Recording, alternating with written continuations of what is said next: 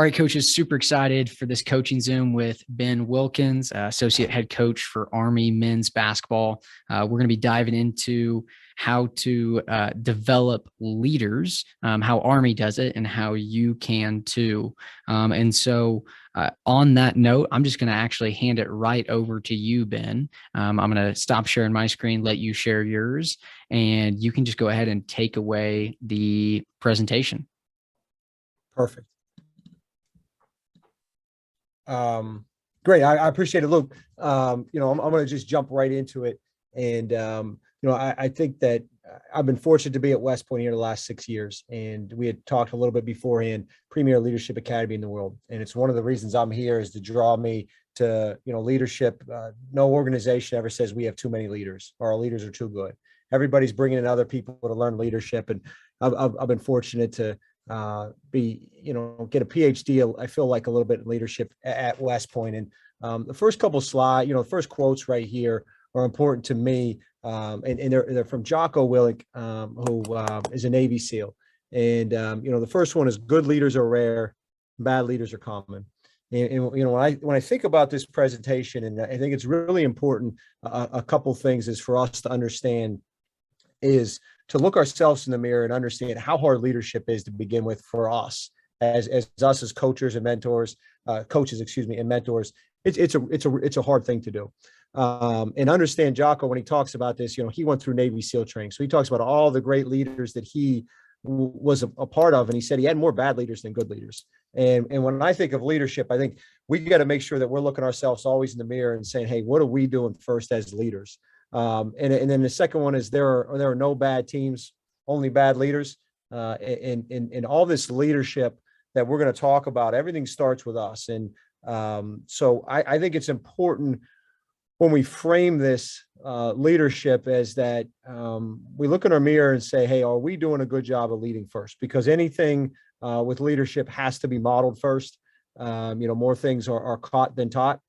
So within that, and it's amazing, you hear these studies, the more educated you are, the more you think you're above average. And there's one of they ask college professors, who's better than average? And college professors, 92% think they're better college professor than the average person. Well, I'm not the smartest guy in the world, but only 50% can be better than average. And I think us as coaches, we fall on that realm as being leaders. So it's really important that we continue to learn leadership. And obviously anybody's listening to this is really investing in their leadership and trying to get better. And obviously Luke's a great tool for us to continue to grow, within that leadership piece.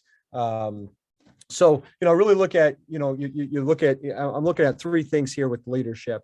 And, you have player-led teams. And obviously everybody knows that's the best team there can be, if the player can lead the team. But I listen to Brian Kite, and I'm going to mention Brian Kite and Focus 3 a lot because we use them a lot to help us at Army with some different ideas. And if you really think as coaches, how many player-led teams have you really had? And when I did that exercise and I sat back, and even being at West Point in different places, I would say 1 out of 4 teams I've coached have been truly player-led. The rest of it, we've had to do our job as leaders to help push it along a lot more and understand that's normal. And what bothers me sometimes is coaches said, hey, we need player-led teams. We need player-led teams. It's almost like, well, hey, that's not my job. It's the players' jobs to lead. And that's couldn't be any more incorrect. I mean, here I'm a 43-year-old. I'm supposed to expect the 19-year-old supposed to lead the team, not the 43-year-old. We as coaches, especially the head coach, you're the leader of the team. Now, how we can shape that is our job is to develop those leaders so that they can lead the team in the locker room when we're not there. That's our role. And our role has got to make sure that we have an intentional plan to develop those leaders in our locker room. And that's the second slide, development. And we're going to touch a little bit of West Point, a model of development and how that works. Third thing is you have to have an intentional plan. I believe full-heartedly Ray Dalio, who's maybe the most rich hedge fund guy out there, systems drive results. Systems drive results. So if you want to have a great culture, if you want to develop leaders, you have to have some kind of system in place that can check yourself to make sure that you're doing that. And we all know culture is really important. We all know leadership is really important. But if you look at your practice plans, if you look at your time allocated, how much of your time with your team is leadership? How much of the time is culture? And most coaches, it's almost nothing or nothing. And if we want to have a great culture, great leadership, we have to have that. And there's some intentional plans, and I'll talk about a little bit later, that we do at West Point that helps us. And we were lucky to have Eric Spolster come up and talk to us as a staff, and he was visiting West Point, and he said the Heat's rule is if they ever lose 3 games in a row, the next meeting will not be filmed. It'll be 100% about culture. Because he said, when you lose 3 in a row, it's something's wrong with the culture, or our team is different now, that I have to address the culture. And if we think of the NBA, there's not a better culture probably than the Heat. And Eric Spolster, that was an intentional plan. He has 3 losses in a row, automatic culture.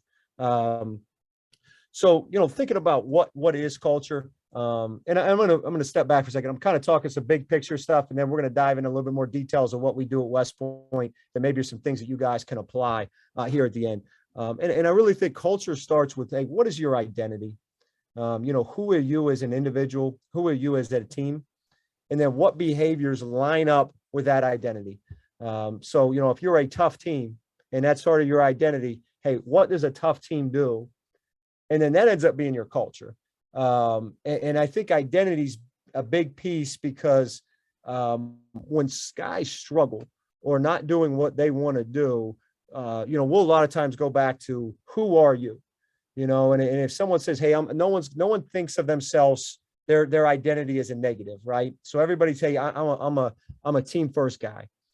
And we might go back and the guy's doing some stuff that's a little bit not team first, and be like, hey, how do you believe about team? And I'm a team guy.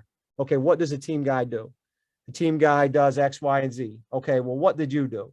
Is that line up to the identity, who you are? Is that our behaviors? Instead of just trying to correct the behavior right away, it's, hey, who's the identity? Are you living up to who you are? So I think it's really important that you really think about identity when you're talking about your culture, and then really hit into that blue area of the behaviors, because that's what really is going to force your college culture, is make sure the behaviors are aligning with the identity, and that's going to form your culture. So this is a stage. The first 3 are West Point, and the last one I'm gonna tag on a little bit to what we do. So West Point obviously has a lot of intentional. We talk about intentional plans. They have a plan to build leadership here, and there's phases of it at West Point. First is you have to learn how to be led, and they start right away. Your first day at West Point is going to be basic training. It's 6 weeks long. And that is everything here, military wise, at West Point is really a vehicle to learn leadership. They use, we have sports to learn leadership. West Point uses the military. That's how they form leadership that has a group trying to move a purpose moving forward. And when we think about leadership, I think it's important you develop your own definition of leadership. Hey, what is that to you? For me, leadership is simply influence a group of people to a common goal. So leadership for me is your ability to influence people to a common goal. And so your first thing is, hey, you got to learn how to be led by, learn to be led. So basic training, our guys come in, they're kind of stripped away. And they got guys screaming and yelling at them. They're trying to pack a bag. They don't know how to pack a bag. They're getting their head shaved. I mean, people are just, basically stripping them down. Now, the neat thing in the model is the people that run basic training are juniors and seniors at West Point. So they have gone through that experience. They've been trained for 2 or 3 years of how to lead, and it's a whole pyramid, wholly up to a CEO down at West Point. And those are all cadets, and they're getting a military grade for how well they run basic training. So we'll talk about the model a little bit later, but like there's experience of actually leading. I mean, they're leading basic training. Now they can't go rogue because there's an officer that's grading them, but they're the ones that are organizing basic training. So the first step is learn to be led. And that's your whole first year as freshmen. That's all they talk about. It's called a plebe, your plebe year here. Then as your second year, it's learn how to lead yourself. So now you have the fundamentals, you have the basics down. Okay, how can I lead myself to make sure that I am totally excelling in whatever I need to do? And then at West Point, your junior and senior year, that's when you become a leader. That's when you're in the leadership role. I talked about basic training. Everybody here lives in a company, which is about 120 kids. And there's actually a company commander. He's in charge of it. One of our senior captains, Aaron Duhart, was in charge of 120 kids, along with our basketball team. And there's a lot of real responsibilities here at West Point. So they're giving them actual chances to lead peers. And as you think about it, how many times as coaches do we give our guys opportunities to actually lead, make decisions without us there? If we want to get better at anything, we need real life experiences. And again, I'll tie some stuff that we do later, but I want to give you a West Point model because this is stuff that I've learned. And then the last piece is legacy. And I think that's something we talk a lot with our seniors. So we kind of go through this as a freshman, learn to be led by yourself. We're talking about basketball now. A sophomore, lead ourselves. A junior, leadership, and a senior with legacy. And we talk about our seniors, like what lessons are going to be left when you're not here? Are they going to talk about, Tommy Funk was a great point guard for us that our guys are still talking about 2 years later? And that's true legacy. Can you leave lessons when you leave? So we break it down, and I'll talk about how we break it down within each class. But I think it's important with leadership within your team that you're always developing your younger players as well. Now, I know some people listening to this might have, just a youth team and everybody's the same age. Well, okay, who are your high level leaders? Who are my lower level? How can I help them where they are in the stages? And it's an intentional development here of putting a foundation with the freshman and then a legacy the whole way as a senior. And how you do that, I think sometimes people only break up a culture as a team and they do it all in a team setting. For us, you obviously have the team's aspect, but then as I just alluded, we have classes. So we'll intentionally talk to the freshmen, sophomores, juniors, seniors about their leadership. And then individually, you got to do some things individually to help guys out and ladies out, where they are individually, where they are in their leadership areas, and make sure you're touching all those areas is really important. So this is the growth model at West Point. And so it starts with your personal readiness for development. So someone's got to be ready to be led. And obviously if you sign up to West Point, or you sign up to a team, you should be ready to lead, be ready to be led. And then the second part here is your experiences. And, there has to be a challenge to the experience. You need some support, and then you need assessment. And then as you see these three right here with new capacities and knowledge and reflection, that is ever evolving. And then there's the reflection, which is called the AAR here. So within that, the basic is, if you're going to get a knowledge of something of how to lead, you're going to get some schoolwork here. Then you're going to get here again, the military in the summer, especially, or how they live, they're going to get real life experiences to lead. And then there's going to be a reflection period. Okay, there's not a judgment period. It's how did you do? What would you do next time? How would you learn? And then they're just going to repeat the cycle. And then over time, that's how you develop leaders. So us as coaches, again, how can you put your guys and girls in enough situations that, hey, there's some base knowledge of how am I going to lead? Then, hey, how did you do? And then a reflection. And you got to do that a little bit over time. Just another slide that kind of gives you the same thing. But a couple of words, I think, is there's got to be high goals in the experiment. So it's, you want to make sure that they're, as they lead, it's challenging for them. And then you got to allow failure. Part of growth, we know, is it's got to be failure. We believe in the rubber band model here. You want to pull it so tight that it can shoot out, but not so tight you break it, and not so loose that there's no friction right there. So you got to make sure that all experiences, again, where your guys at. And, I'll give you maybe a quick example of this is, say somebody has bad body language. This is lead yourself for more of a freshman. Okay, that he's struggling when he can't handle adversity. And you might say, hey, Tommy, okay, when you struggle, what are you thinking about? All right, how do we fix that for you, Tommy? All right, let's take 3 breaths. Let's have a positive affirmation. And that might be, hey, next play mentality. So let's talk about why that's important. Let's practice in our office. Now, the next time you're in a court, let's see that. So now next time he misses a couple shots in a row, he takes a couple deep breaths. Hey, next play. And then you as a coach see him do that. You go high five, man, great job. Then after practice, you grab him and say, hey, how did that feel when you tried that? Hey, coach, that was really good, man. It felt good. Like, how can you do it better next time? Well, later in practice, I got frustrated again. Like, and that might be small for that freshman, where the senior, it might be, hey, these 3 guys are struggling. Can you lead all 3 of these guys today? And then you have that reflection after the period. So it's important that you have an understanding of, we have to develop these leaders, and just giving you a model of some stuff here at West Point that helps. So how do we do it? This is a little bit more now how we do it. And I'm a big film guy. Now, I don't know how many people have the access to film or do film, but for us, there's always going to be an aspect of culture in our film sessions every time, good or bad. And after our first scrimmage, I can tell you this right now, there's going to be some young guys on the end of the bench that aren't as excited as they need to be. They're not running on court like they need to at a timeout. And that first film session with culture when it comes to a game is going to be pretty negative. And it comes back to the identity. We might say, hey, a couple guys on the bench, hey, what do you see there? And they'll be like, I'm not standing up. I'm not excited. Are you a good team player? Yeah, coach, I'm a great team player. What would a great teammate do right here? And you'd be excited to be fired up. Okay, what are you going to do next time? I got it. You don't have to scream and yell. And then they understand that. Same with, we have a rule. If someone falls down, 4 guys are going to run and pick them up. If only 3 guys run and pick them up, I mean, that's going to be on there. And same thing. Hey, what do you see? And you have to find these moments that you're always teaching your culture and your leadership. And I'll give you an example. We had a kid this year, Zach Lazanik, great kid. Second game, he was ready to get into the scrimmage, hadn't got in yet. We made a big play. He was the only guy on the bench that didn't stand up. So we showed him film, stopped it, and said, Zach, what do you see? Coach, I'm not standing up.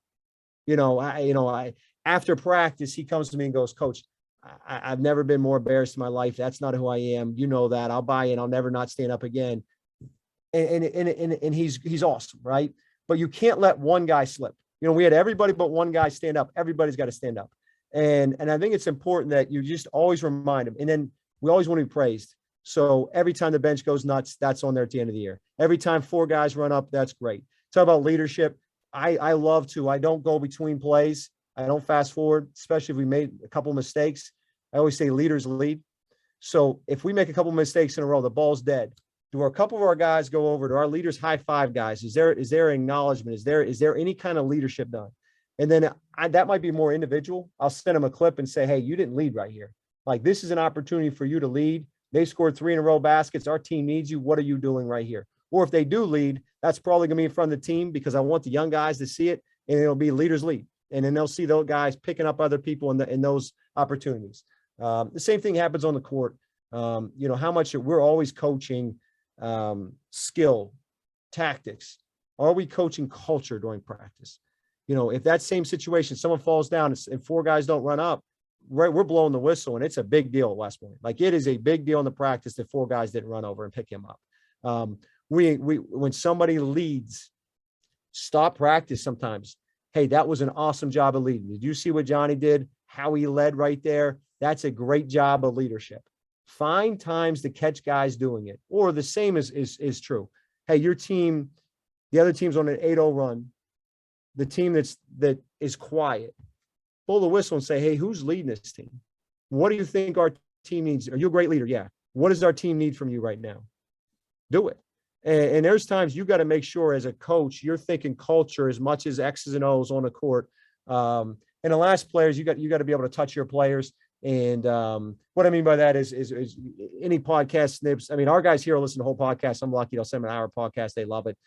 Some of the guys on our team, though, it might mean a 30-second clip that I got to send to them.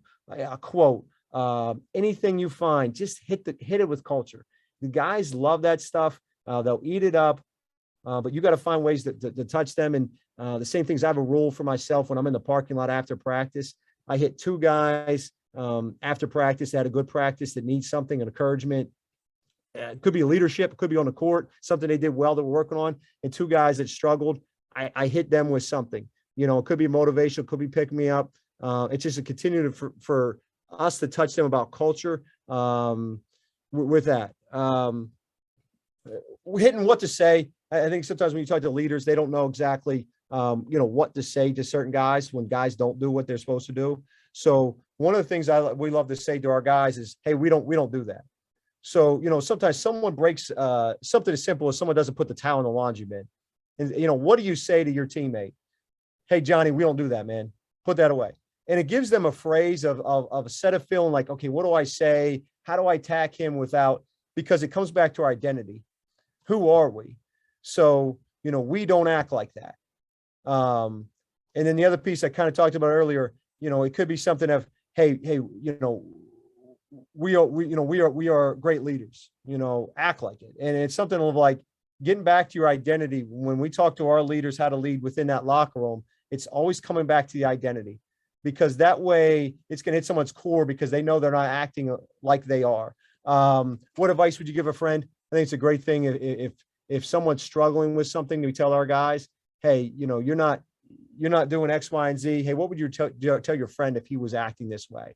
And sometimes that can remove your ego from the situation. And now all of a sudden it's easier for them to fix it. And I have safety word plus thanks right there. Hard conversations are hard for everybody. So we use positive intent. So anytime you have to have a hard conversation, you say, hey, Luke, you need to assume positive intent right here. I take a deep breath. That means Luke knows this is going to be a hard conversation. I'm going to say something that is critical of you, Luke, could be your behavior. And then your job is to take it in, take a deep breath and say, thanks for sharing that with me. And then if we're going to follow up, it's going to be at a later time. And that way, because a lot of times Luke just uses excuses or he comes back and then I don't say something to him. It's a safety word for us. And I think you could have any kind of safety words to help your guys say, hey, this is how we have a hard conversation. So here's some ideas that we've done, I think, that have been really good to build our culture that I know everybody could take one or two of these and use. First thing is, we used to do this in time, unfortunately, West Point's premium, so we had to punt it. But if I was a regular school that had time, I would take this 100%. So every Monday, we'd have a journal. And our guys would sit down, they'd come with the journal already done, but they would say, three things they're thankful for, 3 process goals for the week. And only one can be basketball related. So the other 2 have to be outside of basketball. And then they'll reflect on the previous week. What went well last week? What didn't go well? A really simple exercise. And then we'd have it broken up in position groups. And before practice, our position group would get together and everybody would share, hey, here's the 3 things I'm thankful for. Here is my goals for this week, process driven. And here's how I did last week. And here's where I stumbled. And why it was great is that group got to know each other a lot better. And some of the stuff being non-basketball related. They also, one of those guys' job was to always hold someone else accountable for the basketball goal that week. So that helped build leadership. And our guys loved it because it made them be intentional of, okay, how can I get a little bit better this week? I think finding a way to do some kind of a journal against, it was a system that drives results. It was easy. Every Monday we did it. It took 10 to 15 minutes. Unfortunately with West Point, 10 to 15 minutes is we don't have a lot of that. Other thing we did once was terrific. We did strengths. So what we did is everybody on the team wrote down one good basketball strength of someone and one other good character trait of someone that they liked. And they did it on everybody on the team. And then we gave Luke his sheet that had all these things that people said did really well as a basketball player, all the things that he does really well as character trait. And it was just a way for everybody to feel, man, my teammates feel this way about me. And you never know sometimes the coaches, do these things resonate or not? And then we had a guy, Mark Madden, became a captain for us, and understand he barely played and become a captain, how hard that is to do. And I remember walking with him before the year and he goes, Coach, as a sophomore, we did that exercise.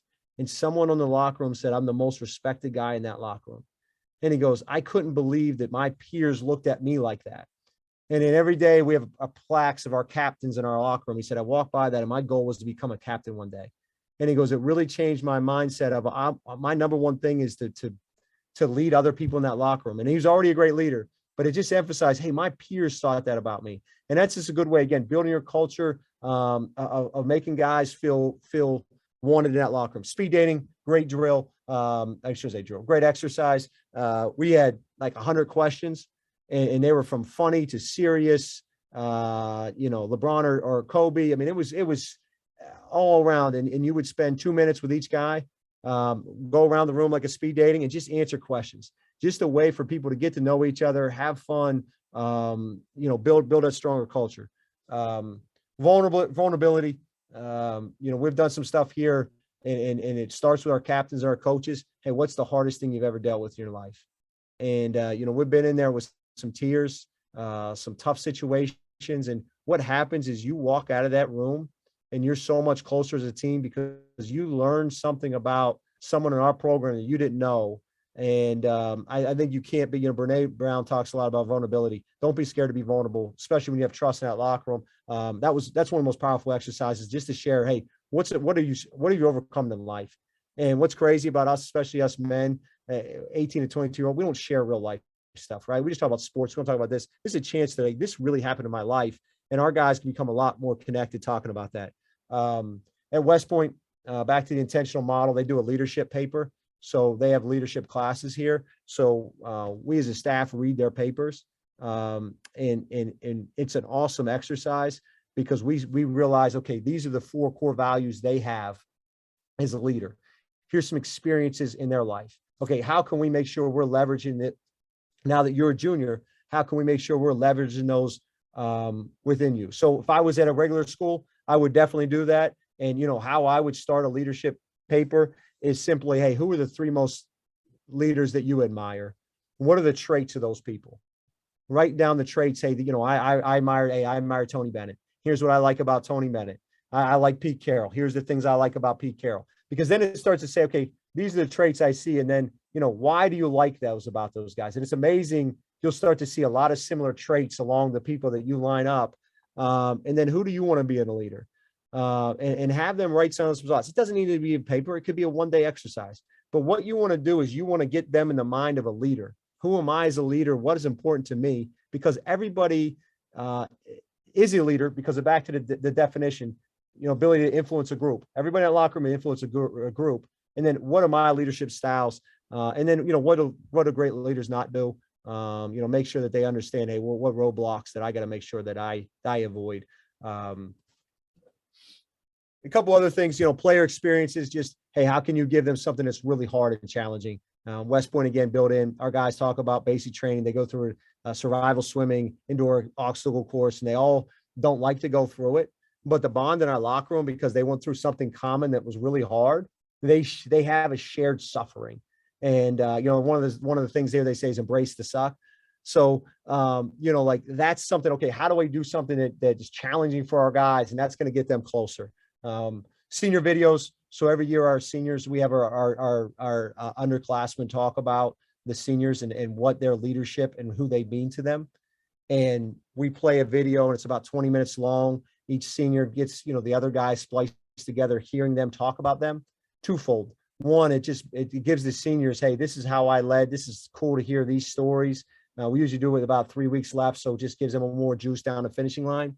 And then the other piece is our younger guys start to say, hey, when I'm a senior, what do I want people under me to say? What is my legacy? What are they going to say about me? Some ideas. I had talked on the podcast about LDC is our leadership development curriculum. So we grab 5 of our professors and they meet with our team. 5 of our professors meet with one of our captains or upperclassmen, and they take one of our core values. They get in front of our team. They talk about it and they go. We give them really small instructions. Why it's powerful is our younger guys see our older guys lead. They get a chance to, the teacher's always the learner. So they really get that area, and it might be accountability. And then that person will have accountability for our team that year. So if we struggle with accountability, we'll go to that player that gave that lesson. How do you make those good? They got to be really interactive. So our guys make it so that it's back and forth. It's really interactive. Players coach a team. So, anytime you can get, we have an all-star game. So we play Saturday, Wednesdays. On Thursday, kids that didn't play a lot play an all-star game. They basically play up and down, play a 20-minute scrimmage. Our guys that played a lot in the game, they coach the teams. So that way they're getting a chance to lead, they're coaching, they're staying engaged. Just another opportunity for them to lead. Captain's questions. Last thing I think it's important, again, thinking about leadership. About 3 weeks before we get captains, I could send somebody a more clear version of this, but here's a 25-question survey. And that way you're thinking about, okay, who in our locker room does these things? And am I, you're always going to say, am I doing these things? So it's a way that then 3 weeks later, we're saying captains, they weren't just thinking, oh, so-and-so scores 18 points a game, he's a captain. It's like, did I list that guy a lot? Who did I list a lot? Mark Madden, who I said before didn't play, became a captain. He was listed almost all 25. So I kind of went through, some things. I'm trying to spitball a lot of things, and hopefully those exercises are some things that everybody can do. And then, I know those are some questions answered, but there's my email and my cell. Please feel free to reach out in any way I can help. If any of those exercises, anything we did, and you want more information, hit me. We just, and I said in the podcast, it's not one thing, it's a million things. And you got to make sure that you're just always thinking culture, and each year is a little bit different. Your team's going to be different. And, how can you, intentionally mold leaders in your culture. That was fantastic, Ben. Thanks so much. If you want to stop sharing your screen, here's Yep. what we'll do for the rest of our time. I have some thoughts and some follow-up questions jotted down from just listening to your presentation, and I'm guessing other coaches that are on do as well. So let's just take like 60 seconds to 90 seconds. And if you have a question or a thought, maybe a follow-up question to something specific Ben shared or something related but a little different, just go ahead and drop that in the chat right now. So if you've got any question you want to ask Coach, drop that in the chat. We'll look at those responses and then go from there with some follow-up questions for about 15 minutes.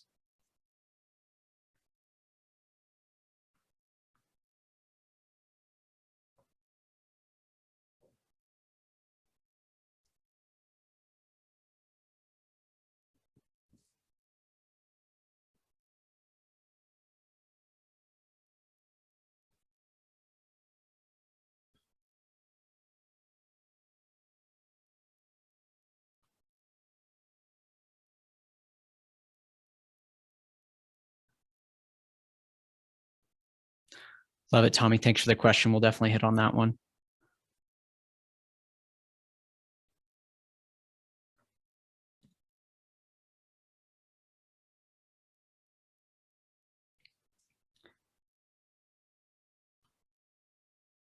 All right, let's do this. There may be some coaches still sending in some questions into the chat. That's fine. Feel free to drop them in as they come into your mind.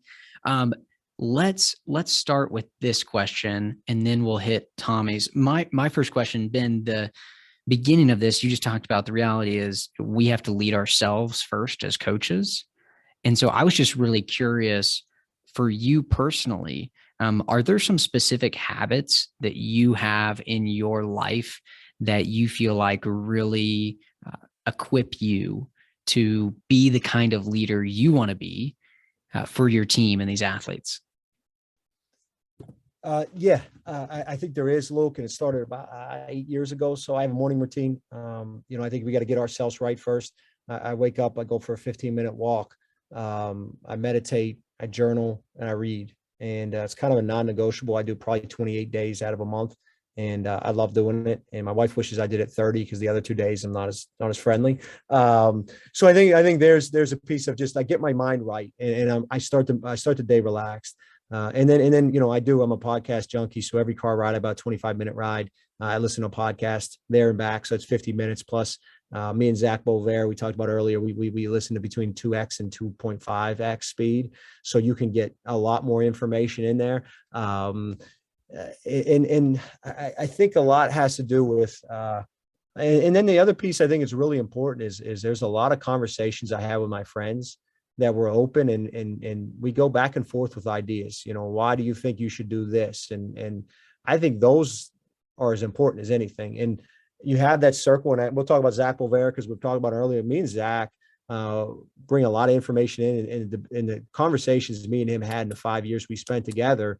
I grew so much because of Zach, because he was doing the same thing. I was bringing a lot of information in, and then we were going back and forth and like, how do you formulate your leadership style? And the other thing is I'm always love when I'm wrong, Luke, because that means I grow.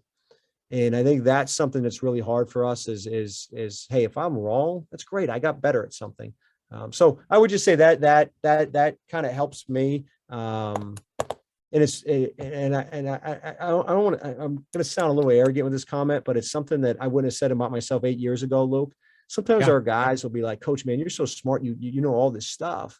And I'm not smart at all. Ideas in, ideas out. I just take in so much stuff, and I can remember 1% of this and 1% of this. And then I teach it to them. And then, as I said, the teacher's always the learner. And then I just remember it, and it becomes part of me.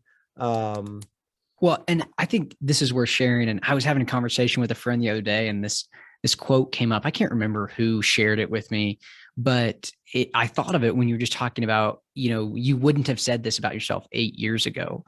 And, I think I would say the same for myself, even 2 or 3 years ago, and some of the ways that I've learned and grown personally.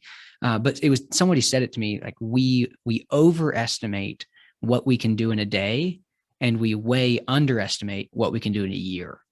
Right. And so when you think about learning and growth personally or with your team, leadership, all that stuff, I think that really applies. It's really important for us to remember, like, okay, I'm probably overestimating what I can do today, but I know that if I do a little bit every day, I can actually make some significant growth and strides. And so I really loved that you shared that, and really like those personal examples as well.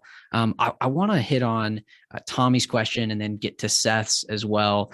Tommy said, what are some other things that you do in your program that throw shine on those members in your program that don't play in games? You mentioned the All-Star game. Are there other things that you guys are doing to make them feel valued?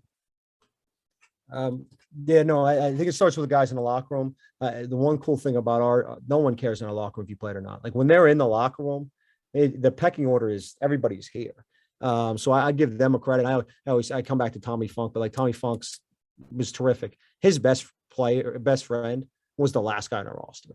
And like, it didn't matter. Like that was his best friend. So for us, how do we shine? I mean, our scout, we're the best scout team in the country. It's not close.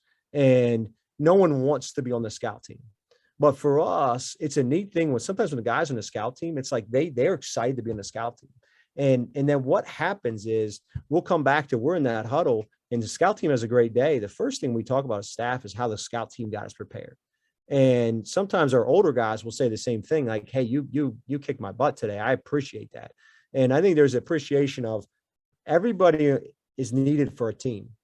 And every role, other than a couple roles, no one really envisioned themselves being in that role. Like I love the guy I work for, but I'd rather be Jimmy Allen, the head coach, than Ben Wilkins, associate head coach, you know? So if you're the fifth guy, why wouldn't you want to be the number one guy? That's how we're driven. But are you going to feel appreciated by the other people? And are you going to do your job to the best of ability? I think it's always acknowledging them. And I think it comes back to the film on the bench. And when those guys go nuts on the bench, we make sure that, hey, that's shown on the film because they didn't play. Or, hey, we're in film and we guarded an action really well. Hey, why did we guard this action really well? Because the first two times in practice, we didn't because the scout team executed. And then we guarded it right because they prepared us. So everybody's got to feel valued and belonging. And the same thing, hey, you know, when we do those LDCs, it doesn't matter how good you are. The older guys are going to, the LDC being the presentations they're going to present. So, you know, this year we had two guys. West Point, you have bigger rosters. They didn't travel with us. They were seniors. So on the road, they didn't even travel with us. They're presenting in front of the team and they're treated no differently whether they travel with us or not. So those are a couple of things that we do, but everybody's really valued in our program and it's cool. It's neat to be part of. I love it. I want to get to Seth's question about some systems you have with your staff. But before I do that, I just want to mention this note that I wrote down. So you shared one practical example, Ben, of the strengths activity that you did. That was really, really powerful. And just knowing how much that seemingly small activity actually propelled the leadership journey of that athlete you talked about, I think really special, so practical too. And the thought I had as well was like, man, what a powerful thing to do with your coaching staff too. Like do that with each other, because I think like you talked about, you know, like we all have aspirations and all of us, we're not sure what the people around us actually think about us. And it can be really powerful just to know how you're seen by each other. And so I was just thinking, man, what a powerful thing for a coaching staff to do with each other as well. Hey guys, like let's identify one strength in each of each other as a coach.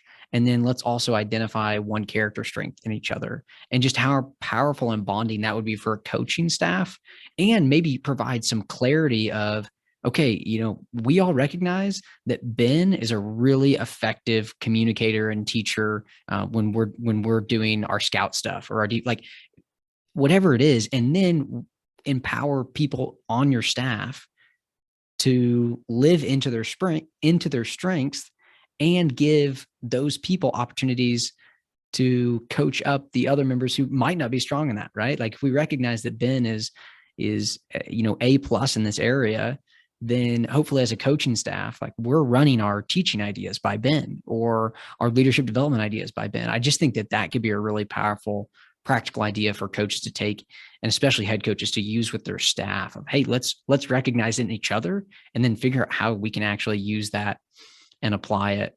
Any thought on that, Ben, before we talk about Seth's question? I actually, I think it's terrific. Like I kind of, I best feel bad. I didn't think of that before. But I love the idea. I mean, because you're right. Well, And we all take it to feel, your head coach and claim it as your own.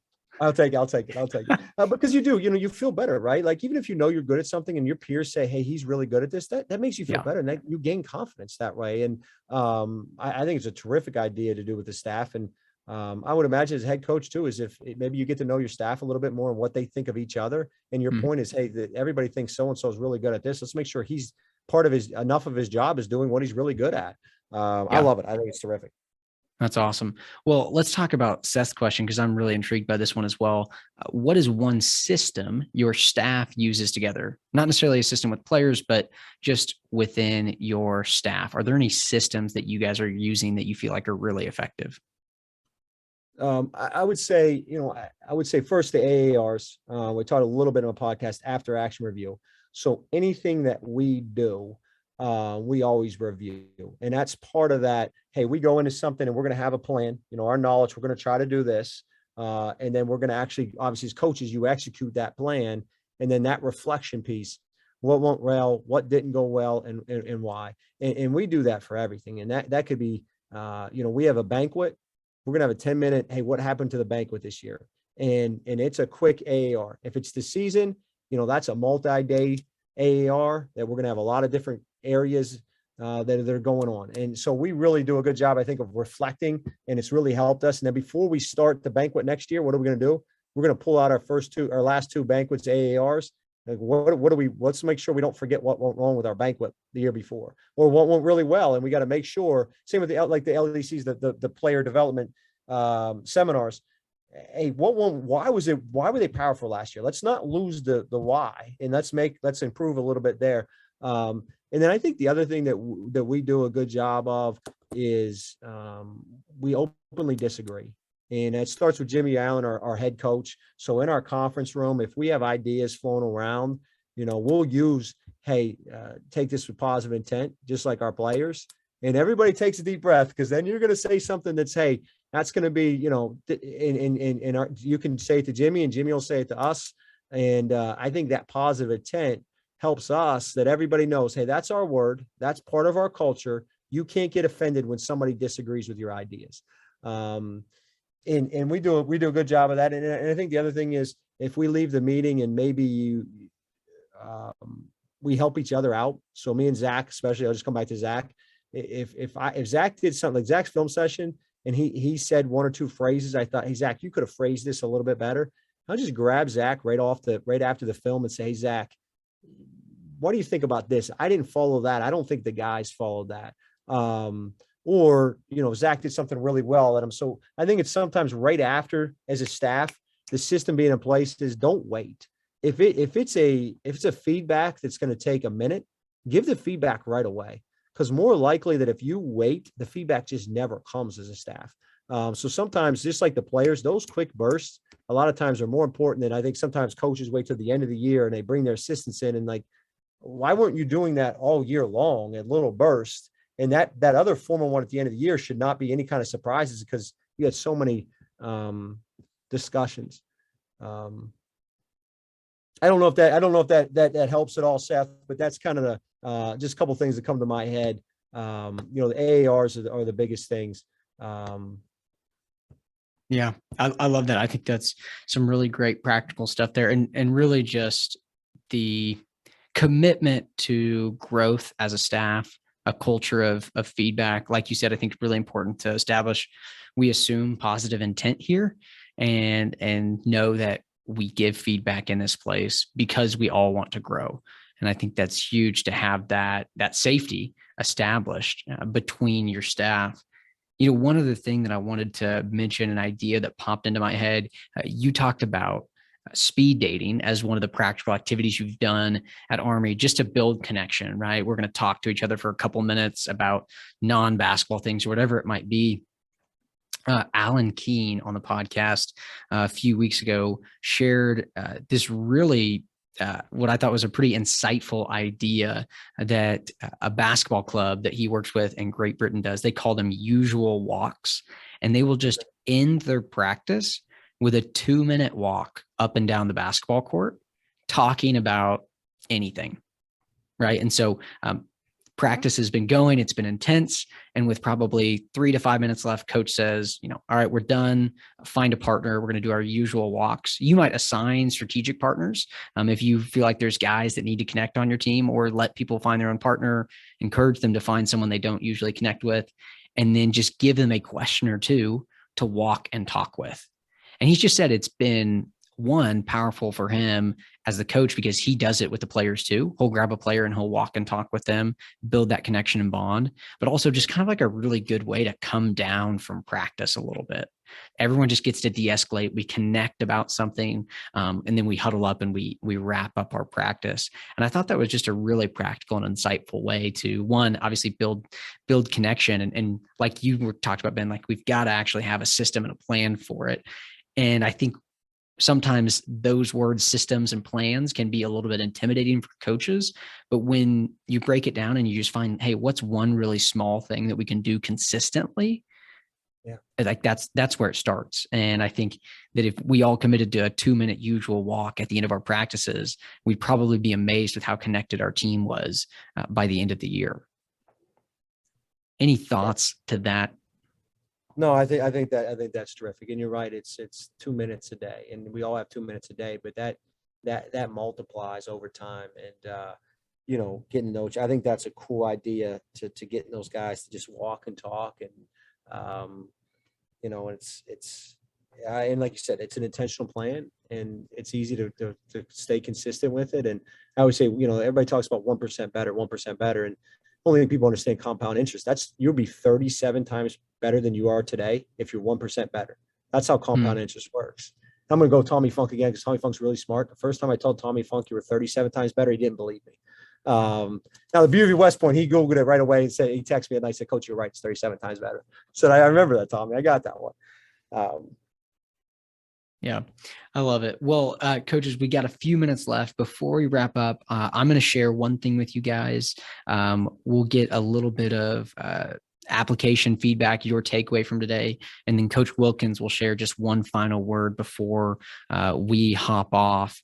And I'm really excited to share with you guys that, and I haven't even announced this yet to coaches. You guys are the first to hear about it. I'm doing a summer coaching series this summer. It's going to be 10 weekly coaching Zooms with experts, coaches, people like Ben, professors, researchers on coaching.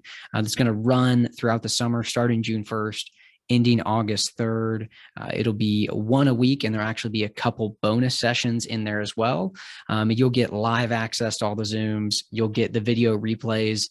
You're also going to get a private podcast feed with the audio only replays. I know, Ben, I'm kind of like you in the car. I'm listening to a podcast usually. It's a lot harder for me to sit down at my computer and watch a video replay, but I can definitely throw it on my phone, listen to it on a commute. And so I'll take all of these Zooms, take the audio from them, and throw them into a private podcast feed for any coach that signs up.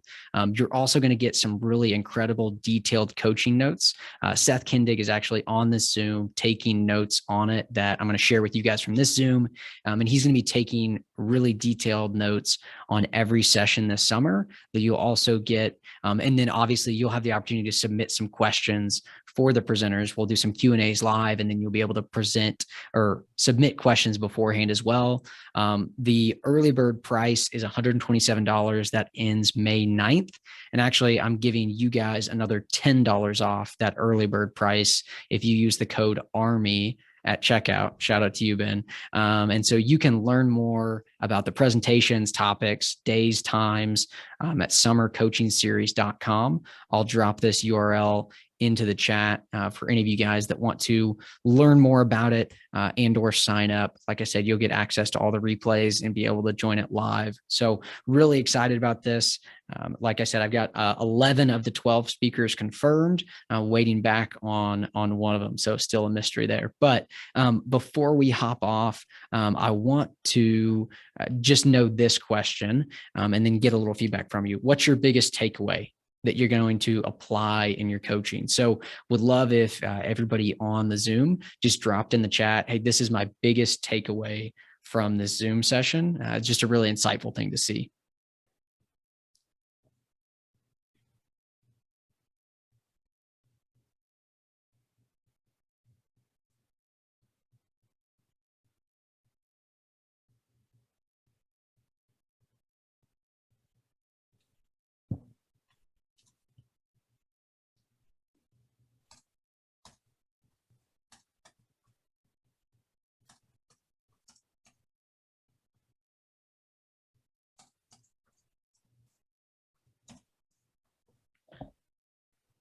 Yeah, I love that. Thanks for sharing that. Thanks, Seth.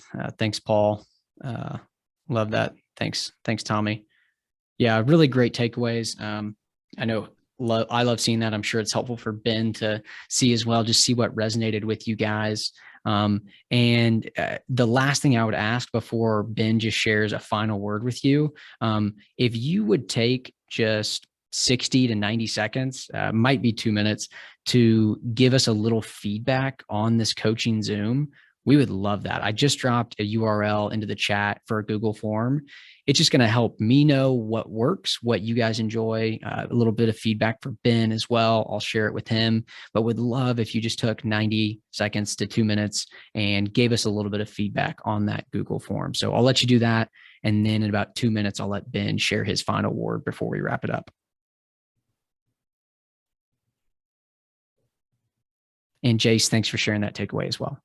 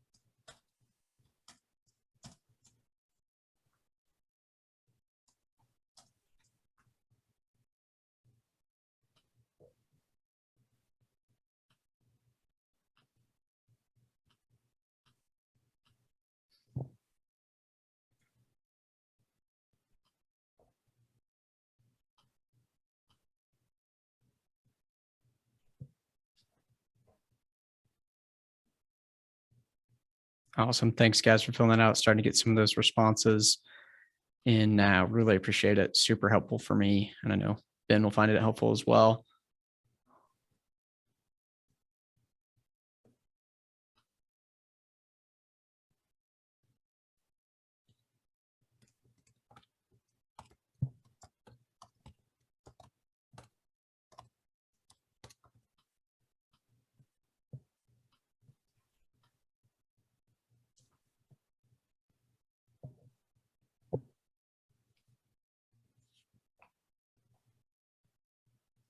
All right, coaches, let's do this. I'm gonna just turn it back over to Ben for a minute or two and let him share a final word, just a final thought on leadership, and then we'll wrap this up. Just making sure I started with it. Culture and leadership is so important. Make sure that you have an intentional plan. You have a time allocated to it, and just like with our guys, don't feel like you need to be perfect. And I think Luke asked me a question: how am I equipped? And just keep growing with our leadership, and hopefully 8 years from now, I'm saying the same thing, that man, I'm a lot better 8 years from now. So don't feel like you always have to have all the answers and all the all this perfect formula. But if you really are intentional, and obviously anybody's on here is you're learning and growing, you're more than qualified to do the job. And culture is going to be messy. And even here, we have issues with culture with the most amazing kids in the world. There is no culture that is perfect. And I love when somebody wins a championship and everybody acts like that was the most amazing year and everything was perfect. And there is no such thing. So any hiccup is expected, and it's a chance to keep growing and helping your young men and women in the program. Yeah, that's so good. I think that's a great note to end on, Ben. I appreciate you sharing that. Coaches, I just dropped in that URL one more time for the summer coaching series. You can go there to learn more or sign up. That extra discount code, the code ARMY, for another $10 off that early bird price, will be good through, I believe, next week at this time. So you've got a week. Use that code, sign up. I'm really looking forward to it and hope to see you guys a part of all those Zooms this summer. So I appreciate you guys taking the time to join. And Ben, a huge thank you to you for the time and effort into the presentation and being willing to share with these coaches. It's my pleasure. Hopefully you guys got something out of it. Please reach out to me if you need anything. And I will upload slides, from Ben's presentation and our notes into the online platform for you to access and go back to if you want. So thanks, coaches.